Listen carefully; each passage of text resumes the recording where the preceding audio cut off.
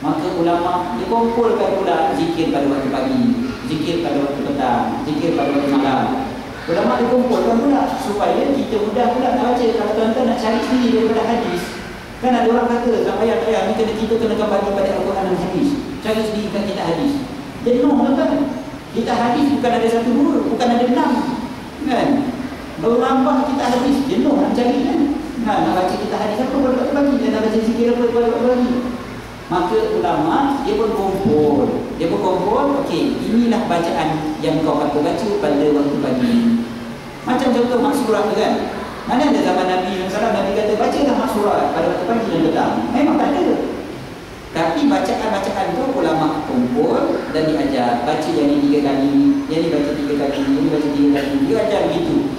Maka para ulama sekepada daripada itu pun baca dan diajarkan kepada orang awam, kepada orang umum. Kita tinggal cekuk dan tinggal amalkan. Dan antara bacaan yang biasa diajar juga adalah apa disebutkan oleh Imam Muslim dalam kitabnya Amal Yaum wa Lailah, amal malam dan siang dan malam. Ada satu kitab Muslim, dia karang kitabnya amalan siang dan malam. Maka itulah amalan-amalan yang boleh dibaca, dan malah Imam An-Nawawi sendiri banyak dari kitab tersebut. Seterusnya, ulama-ulama yang berikutnya pun terus kumpulkan. Setiap zaman ada ulama yang kumpulkan zikir untuk diajar, untuk dibaca oleh anak murid. Biasa ni. Okey. Jadi maka antaranya Al-Imam, contohnya antaranya Imam Abdullah bin Al-Qadar. Antaranya sebelum daripada Imam Abdul Rahman bin Abdul Rahman Al-Qas. Dua-dua ulama ni ulama agama, ulama daripada tadi. Agama daripada Yaman. Dia orang ni bukan tulis, dia orang bacaan zikir dia orang ni, dia mengajar kepada anak murid, dan anak murid itu pun tinggal amalkan. Anak murid ini pula kebetulan dia waktu itu macam Imam Abdul yang ada, dia pernah baca zikir, dia lebih berlatih, kan, dia lebih pada waktu petang dan sebagainya.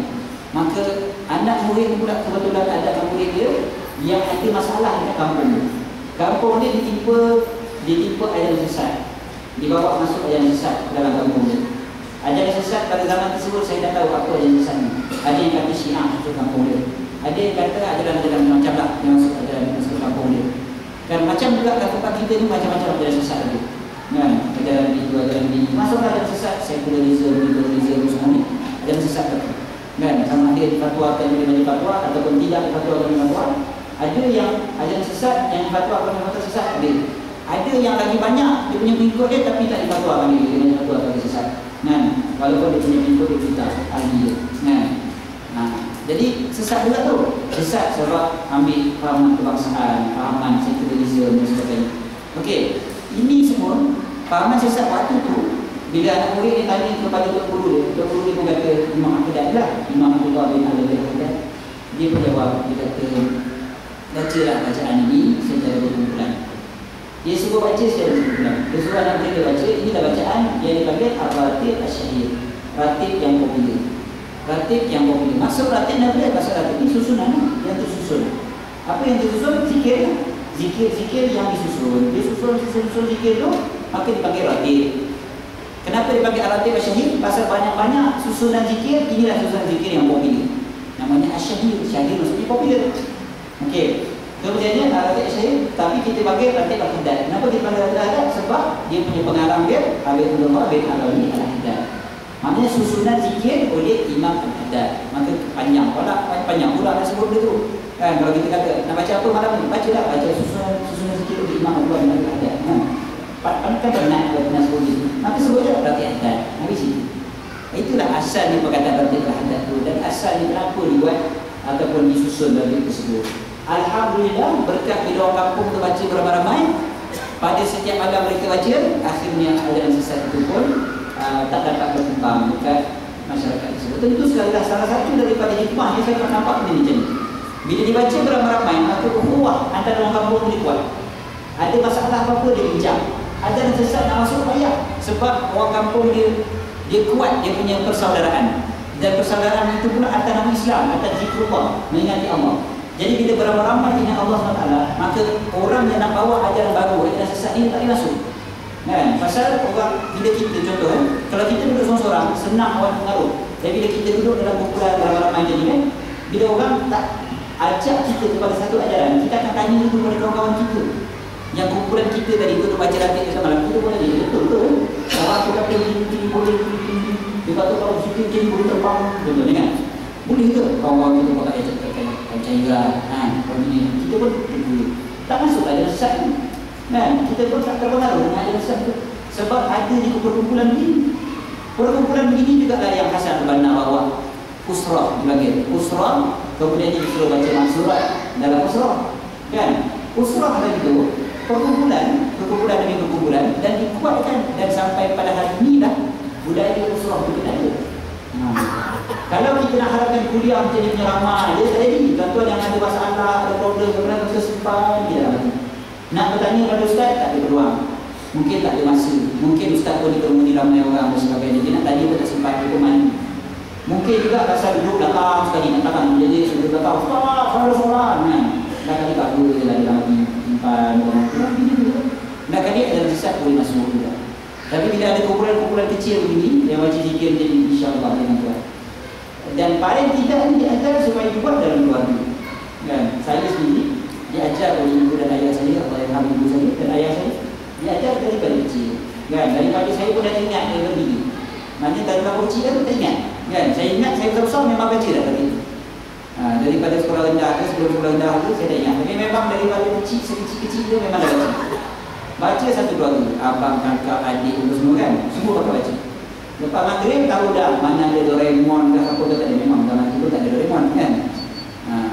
Sempat tak tengok tanda cat penuntang okay, sebelum lepas sebelum maghrib. Lepas maghrib confirm TV tak ada. Alhamdulillah tuan-tuan, kalau buat macam ni salah satu daripada hikmah tuan-tuan, keluarga tuan-tuan confirm tak tengok buletin kamu. InsyaAllah terselamat daripada fitnah buletin kamu kan. Ni memang confirm lah. Memang terselamat insyaAllah. Ini tidak lepas maghrib tengok buletin kamu. Ya Allah, kesian hukum. Memang saya kesian hukum orang ni kan. Jadi lepas maghrib kan disebutkan maghrib ni waktu nahas, waktu yang bahaya, waktu bahaya. Nabi SAW ajar kita sebagai sembahyang sunat. Para ulama ajar sembahyang sunat awabin. Para ulama sebut sembahyang sunat awabin ini digelar sembahyang sunatul ghaflah, sembahyang sunat lalai. Zaman dulu tuan-tuan, pun dia dah sebut dah antara maghrib dengan isyak adalah waktu lalai, waktu ramai yang lalai. Ini zaman tak ada rutin tamu tuan-tuan. Zaman tu lagi orang ulama dah kata waktu ni memang waktu melalai. Patutlah TV pun pukul 8 tu dah waktu perdana dia. Kan? Prime time dia tu pukul 8. Kalau dia nak brainwash orang, itulah waktu yang paling sesuai. Pukul 8. Kan? Tengok dadak ni. Memang kena ada puas tu. Tunggu kan? Sebab pukul 8 dia dah waktu dia. Mana ada orang TV buat pukul 8 kuliah agama tu kan? Padahal tak mesti kan kuliah agama. Kalau dia nak buat live tarikas daripada kuliah-kuliah agama ke masjid, boleh dia betul. Tapi tak ada, pasal dia tahu waktu tu waktu lalai. Waktu lalai, antara waktu maghrib dan isyak. Maka ulama ajar supaya waktu ni dipenuhkan betul-betul. Antara dia dengan semayang, majlis ilmu dan tak sikit. Maka dia ajarlah baca Ratailah Hajat. Kalau dalam keluarga kita baca dalam keluarga. Saya ingat dulu kita di rumah saya, setiap malam kita baca sama ada lagi berkata atau orang berkata. Setiap malam. Sampai sekarang walaupun mak saya tak ada, saya kalau pergi rumah abang saya ke rumah kakak saya ke, kalau kena time waktu maghrib, memang confirm dah. Waktu maghrib confirm semayang berjemaah, baca ratib sama-sama, tak ada dah nak tengok TV dan sebagainya. Memang dah gitu dah mulai. Saya pun tak ingat sebenarnya kali terakhir saya tengok berita pukul 8 bila saya tengok. Bila dah kali saya tengok. Dan saya yakin abang kakak saya pun macam tu juga. Tak tengok berita pukul 8. Sebab waktu adik Malaysia dia ada biasa. Saya tengok sini keluarga abang saya, keluarga kakak saya, bukan belajar agama tu, saya seorang jadi adik belajar agama. Abang kakak saya walaupun saya tengok adik anak-anak dia orang pun dah terbiasa lagi. Maknanya waktu maghrib Malaysia tak ada lah TV dan sebagainya. Duduk kumpul baca video dan sebagainya. Ada masa lagi, memang rakit ni tinggi dia 15 minit je. Habis 15 minit buat apa? Baca Quran. Lepas tu kita baca Quran. Kan? Lepas tu semayang isyak. Lepas tu baru buat umur. Baru-baru di rumah pergi sekolah tu, lepas tu pergi selesai kan, makan sebelum mati. Maknanya dah diajar begitu. Maka insyaAllah tuan-tuan ada keberkatan, confirm ada keberkatan. Saya tak nak cerita Ratailah Hajat dan keberkatan dari sudut cerita biasa dah. Kadang-kadang kita dengar juga ustaz-ustaz cerita, ketemu kita cerita orang masuk rumah, pergi masuk rumah, kamu jalan keluar, biasa je. Kisah-kisah itu biasa sangat kita dengar sebenarnya. Ini dipanggil sebagai mujarabat, benda yang dipraktiskan. Dia dah buat, dibawa-bawa sekali tengok ada pencuri bangun pagi kan, tengok ada pencuri duduk kat sofa rumah dia, dia tu. Siapa yang takut siapa kan? Kalau orang nak lagi dia mengecut dia takut kan, dia lagi rumah sendiri boleh lagi. Tapi ini tidak, tengok ada curi tadi ni apa hal kalau terus ini curi kita minta maaf tuan, saya masuk dan curi keluar tapi saya nak tunggu jalan keluar, tuan boleh tunggu jalan keluar tak jumpa pintu keluar berani. Biasa, cerita jadi biasa. Tapi saya tak suka cerita-cerita ni sebab apa? Tadi dah cerita sikit, tapi bukan. Saya tak suka apa sebab saya tak mau orang baca tu, lain dia tak mau pakai kunci mangga di rumah dia lah. Baca dari hadap kan. Pakai kunci lah, kecuali masuk tak keluar ni. Jangan begitu. Kita jangan baca dengan niat yang begitu. Kita niat baca, Allah Ta'ala akan bagi pahala kita, akan ada keberkatan yang Allah Ta'ala tunjukkan. Sudah. Kita baca dan baca dengan niat itu mudah-mudahan Allah Ta'ala. Dan kita baca pula ini bacaan yang dibaca oleh para ulama sejak ratusan tahun, benda yang telah meniti pada bibir-bibir lidah-lidah yang mulia para ulama. Kita baca pula, dan tentu sekali lah kita baca itu pula daripada Nabi SAW. Allah nak apa lagi kan? Dah sangat-sangat baik, tinggal lagi nak baca atau tidak, itu dia kan? Maka itulah sebab sebenar-benar yang saya buat sini bukan nak jual pasal apa pun kan? Ini bukan nak jual malam ni kan? Nak jual juga keluar sana, keluar nak jual kat sini dalam sikit haram maksudnya pun saya jual. Ada yang kata Ustaz ni dulu Ustaz, ni berubah dengan ni nak menyebar suara saya bukan sedap sangat kata bukan mahir zin dia suara tapi baca itu sebab nak menyebarkan diri supaya semua orang baca. Letak dalam kereta, pasang dalam kereta supaya mudah-mudahan tak ada lagu dan jualan kita di dalam itu. Guna. Tak ada lah. Sebab ingat Allah SWT. Itu juga. Ingat boleh. Kerana baca ini. Lama-kelamaan hafal. Sebablah saya biasa sebut. Dia kata tempat biasa. Saya kata ini. Beli dengan niat hafal. Maksudnya siapa yang hafal tak jadi. Mana ada orang yang macam tu lah. Tak yang TMI tu. TMI tu pasal kalau dapat TMI semua. Kalau nak beli juga hadiah kepada orang. Dah. Untuk diri sendiri tak payah. Sebab baik baca sendiri daripada rumah. Dia tidak. Dia pasang bagi radio dia baca. Dia tak baca. Tak jadi tak. Kan? Pasang radio Quran. Dia sendiri tak pernah baca Quran. Mengamalkan Quran tak bertarik. Menghadiah Quran. Dia memahami Quran tak bertarik. Menyokong orang yang berjuangkan Quran tak bertarik. Pasal bukunya radio dia pasang Quran. Dia sendiri tak baca Quran. Jadi kalau kita tidak hafal baca terus. Kan? Tak payahlah, tak payah beli lah. Tapi kalau ada, jelaskan. Jadi, saya sebut ni pasal apa ni sebenarnya? Sebab, tadi, apa nama, yang saya minta saya bawa zikir di hadap ni. Pada malam ni, bawa tulisan dia. Bawa buku dia kalau ada. Saya tak ada buku juga. Saya kata, saya SMS balik, saya kata yang ada pada saya CD. Dalam CD ni ada buku dia sekali. Jadi saya kata dalam CD ni ada tulisan dia sekali. Jadi saya kata saya bawa CD dia terus senang. Takkan saya bawa apa ekor dia. Saya kata saya bawa benda ni. Saya kata saya pulang kepada tuan-tuan, saya beri dan kita baca. Tentu. Kalau nak buku dia baca sikit. Boleh tuan-tuan dapat yang kita. Tapi insyaAllah. Cuma saya yang tak jual. Saya tak jual. Okey. Susah kena baca. Tak susah. Dia punya bacaan dia semua yang senang-senang. Tak ada yang tergeliat lidah yang baca tadi. Tak ada bacaan dia sampai payah sangat menghafal ataupun yang sampai mambang merah, mambang putih, mambang hitam, mambang tadi. Dia semua yang senang-senang. Semua zikir-zikir yang biasa dibaca. Dia nak baca. Okey.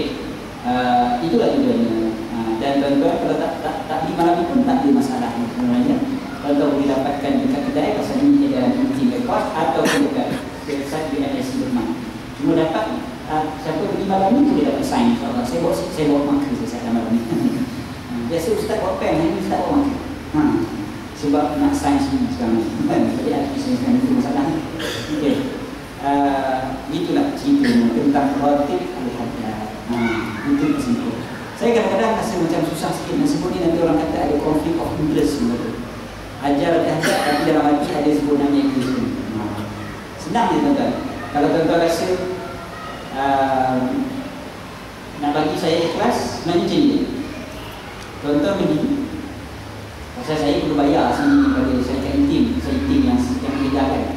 Jadi saya dapat free ni, saya pun bayar. Tapi saya untung daripada tu, tuan-tuan beli, tuan-tuan beli 10 dapat 1 macam ni. Pasal tuan-tuan beli 10 baru saya dapat untung. Itu je sebenarnya cara nak untung dia. Jadi kalau saya tak nak untung, senang je. Tuan-tuan beli 10, saya dapat bagi 1 free. Jadi kata kalau mesti ada orang-orang yang tak ada, tuan-tuan beli 10 minta 1 free daripada sahabat yang tuan-tuan, kan? Bagi 1 kepada kawan dengan niat nak membagi, kan? Bukan mesti seorang beli 10. Kalau tuan-tuan dicampur seorang 2, 3, 4, 5, 6, 7, 8, maka yang nombor 11 tu orang ni. Maka insyaAllah malam ni memang saya bukan ini, saya cuma nak menyebarkan. Saya tolong bawa daripada kedai inti rekod untuk tuan-tuan. Itu saja. Supaya tazkirah saya pada malam ni bukan untuk niaga, ini bukan conflict of interest. Tak ada conflict of interest ini. Kalau saya nak niaga, saya buat cara niaga semua kan boleh, kan? Tapi itu bukan cara ini, insyaAllah. Okey, selesai pada berkaitan dengan berbagai adat. Tuan-tuan boleh dapatkan di luar, insyaAllah. Ada kat sana. Dan mari nak dapat, kan? Daripada sahabat saya juga, saya tak tahu meja di mana, ada tak tahu. InsyaAllah. Okey, selesai. Ni kita pernah masuk isyak. Biasanya baca rakaat dua ini. Biasanya baca pada waktu lepas maghrib ataupun sebelum maghrib. Sebelum maghrib ni maksudnya 5 minit sebelum maghrib, 10 minit sebelum maghrib ni kan? Ataupun ketika masuk waktu isyak. Saya waktu belajar di pondok dulu, waktu masuk waktu isyak. Biasanya kami ada pengajian dan sebagainya. Elok dia azan isyak tu. Tok guru akan tutup kita, dia akan baca rakaat. Azan isyak, dia akan baca rakaat, lepas tu sembahyang isyak. Maknanya sebelum sembahyang isyak, waktu azan isyak. Dalam 10 minit dia baca, bukan banyak sangat. Dia okey lah, kan? Lepas tu terus isyak. Ataupun lepas sembahyang isyak pun tak ada masalahnya. Dan pada waktu malam. Dia panggil ini azkar masa, zikir pada waktu malam. Okey? Ini dibaca dan tinggal nak amalkan. Mudah-mudahan Allah SWT memberikan kita keberkatan daripada bacaan-bacaan yang kita baca ini. Niatkan lagi ikhlas kerana Allah SWT mengenai keberkatan kita dan keberkatan kita bersama. Okey, ada satu lagi sana. Tadi saya guru beri tausiah dan juga ada satu lagi permintaan supaya bagi ijazah adat. Saya biasa nak bagi ijazah adat ni adalah dengan membaca lagi bersama-sama baru ada ijazah. Kalau tak baca macam mana bagi ijazah? Satu. Yang kedua ni, Imam Al-Haddad memang dah bagi ijazah membaca rakaat ini kepada semua. Dia bagi ijazah ammah, ijazah umum. Ijazah umum maksudnya semua orang boleh baca, tak ada masalah. Dia bukan maknanya mesti tuan-tuan dapat salam tangan dulu kita dengan ini, aku menjaga engkau baca ini boleh. Tak. Semua orang boleh baca. Tuan-tuan buka internet, tuan-tuan baca boleh. Rakaat Al-Haddad ini antara bacaan yang dipanggil bacaan umum. Ijazah ammah, ijazah umum diberikan oleh Imam Al-Haddad kepada semua orang. Jadi maknanya siapa-siapa boleh baca, tak payah ijazah anda. Jadi malam ni dalam isyarat ada sebut ijazah. Ada. Ijazah tu lah, ijazah daripada Imam Al-Haddad. Kalau pun nak ijazah, mana kita baca benar. Masalahnya kalau nak baca, saya tak tahu di kalangan tuan-tuan berapa ramai yang hafal. Tuan-tuan tu tak ramai tak ada kertas kan? Tak ada, Ustaz hafal tak? Hafal. Ada screen. Atau ni saya bagi. Tapi saya tak bawa, saya bawa iPad. Saya bawa iPad hari ni tak ada wajib.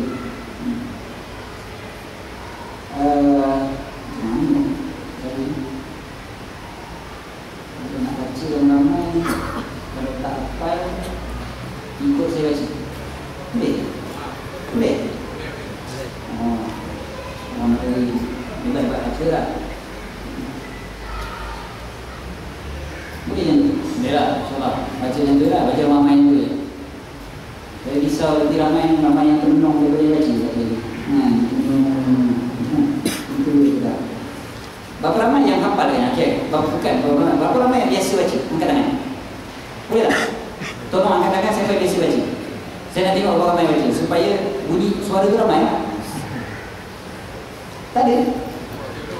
Tak ada yang biasa baca rakaat dah. Tak ada seorang tu.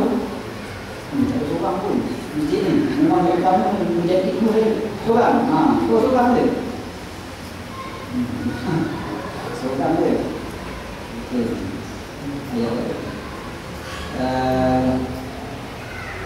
Okey. Kita nak bagi masa 5 minit untuk tidur kat luar supaya 10 orang pegang kertas. Boleh? Yang dah, kita baca dulu. Nampak? Saya nak bagi masa 2 minit. Tuan-tuan yang rasa nak pegang, tuan-tuan keluar beli sekarang. Boleh 2 minit? Cepat. Siapa yang nak ada? Siapa yang tak nak duduk? Boleh. Siapa yang nak belajar silakan. Kita baca dah 10 minit insyaAllah. Saya tak baca lagu pun insyaAllah. Dalam CD tu baca lagu. Dalam CD baca lagu supaya mudah hafal. Sebab bila berlagu dia mudah hafal. Tapi malam ni kalau kita baca lagu, kita takut ambil masa yang panjang. Jadi kita akan baca macam kita baca tahlil. Kita tu je lah. Nanti kita baca tahlil, kita tu juga insyaAllah. Bacaan dia pun lebih kurang macam kita. Okay. Siapa tuan pengurusi masjid? Ada sini? Nazir, pengurusi setiausaha masjid. Tuan pengurusi masjid, tuan kaya dulu pula. Saya nak bagi ni. Apa letak lagi benda tu kat situ? Ni kira hadiah ni.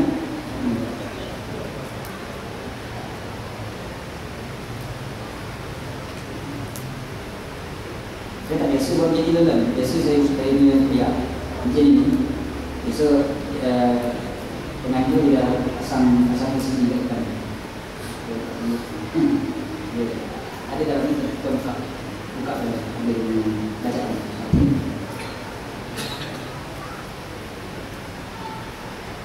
Okey. Dah 2 minit.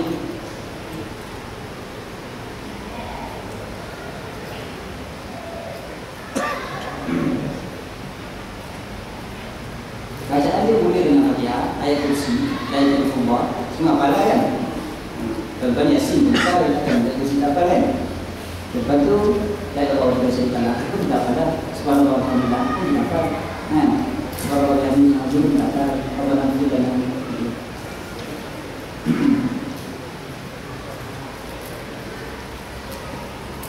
Nampak sini. Jadi kalau orang tak biasa di sini, lambat sikit dekat sini.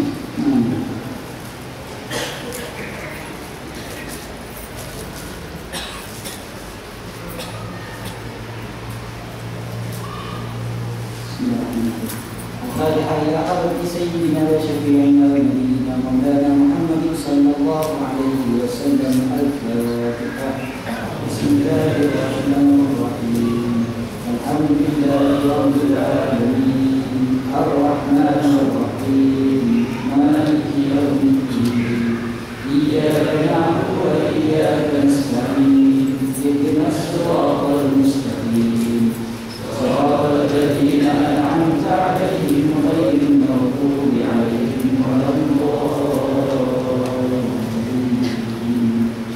الله لا إله إلا هو الحي القيوم لا تأخذه سنة ولا نوم له ما في السماوات وما في الأرض من ذا الذي يشفع عنده إلا بإذنه يعلم ما بين أيديهم وما خلفهم ولا يحيطون بشيء من علمه إلا بما شاء وسع كرسيه السماوات والأرض ولا يخوفه حفظهما وهو العلي العظيم.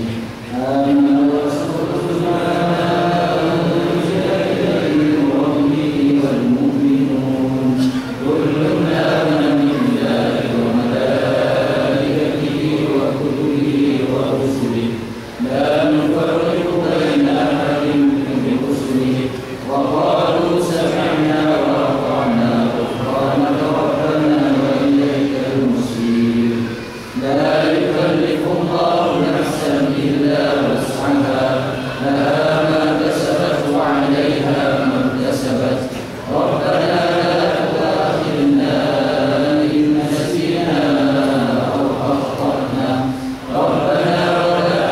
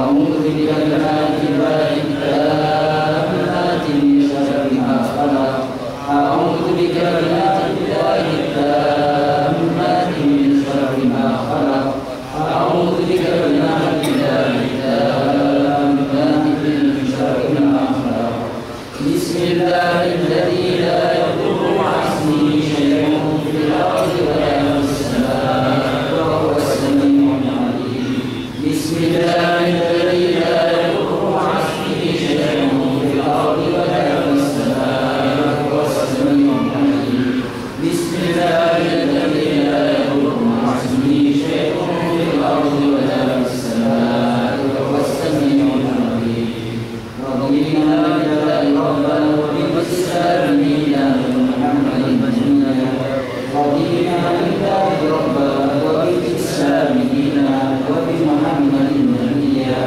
رضينا بالله ربا وبالإسلام دينا وبمحمد نبيا بسم الله والحمد لله والخير والشر بمشيئة الله بسم الله والحمد لله والخير والشر بمشيئة الله بسم الله والحمد لله والخير والشر بمشيئة الله آمنا بالله واليوم الآخر تبنا إلى الله باطنا وظاهرا آمنا بالله واليوم الآخر تبنا إلى الله باطنا وظاهرا آمنا بالله واليوم الآخر تبنا إلى الله باطنا وظاهرا يا ربنا وارحمنا وكل الذي كان منا يا ربنا وارحمنا وكل الذي كان منا يا ربنا وارحمنا وكل الذي كان منا